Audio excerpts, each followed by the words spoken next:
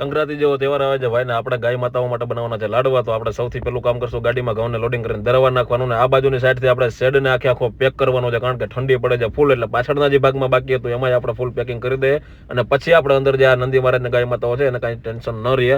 અને ત્યાંથી ભાઈ આપણે સીધા નીકળી જાય છે ગામમાં પહોંચીને પેલું કામ કરીએ છીએ બધા આશ્રમના પ્રભુજીઓ માટે નાસ્તો લેવાનો અને બકાલું લેવાનું. નાસ્તો બકાલું લઈને પાછા આપણે સીધા નીકળી જાય છે આશ્રમ બાજુ. આશ્રમે પહોંચીને ત્યાં તો આ મિત્ર દવાખાનેથી આવી ગયો હોય છે. ગાડી લઈને પાછા ગામના બધા કામ પતાવી અને રિટર્ન થઈ જાય છે પાછા આપણે આશ્રમ બાજુ.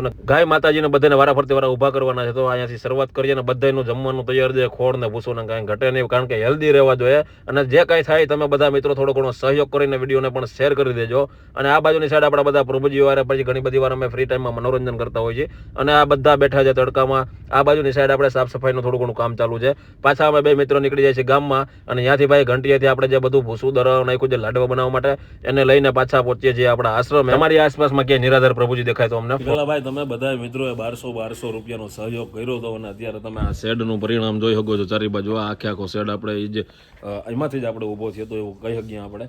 અને ફરી પાછું એકવાર તમને બધાને કહીશ કે બધા મિત્રો એકવાર કાળિયા ઠાકરનું નામ લઈને તમારાથી જે કાંઈ થાય ભલે ખાલી માત્ર 1000 રૂપિયાનું તમે યોગદાન આપી શકો, જેથી કરીને આપણે આ બધા બીમાર માલ ઢોર છે એના માટેની સુવિધામાં થોડો ઘણો વધારો કરી શકીએ. અહીંયા આપણે બંતીભાઈ રોડ ઉપરથી એક્સિડન્ટ થયેલા માલઢોરની સારવાર આપણે એને કરી શકીએ. આ તમે એ પરિણામ જોઈ શકો છો. શેડનો અત્યારે ફરતી બાજુથી ઢાંકી દીધો છે, જેથી કરીને અંદર જરાય પણ ઠંડી આવતી નથી.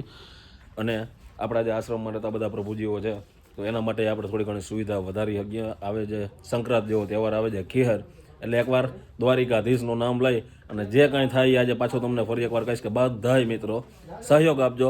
અને તમારા કોઈ એવા મિત્રો છે એના બધાને વિડીયો શેર કરી દેજો તમારા બધા ગ્રુપમાં, જેથી કરીને અમને થોડો ઘણો સહયોગ મળે અને આપણે આ સુવિધા વધારી શકીએ. એટલું જ કહીશ. મળી આવતા પાઠની અંદર, ત્યાં સુધી બધા ભાઈઓને જય દ્વારિકાધીશ.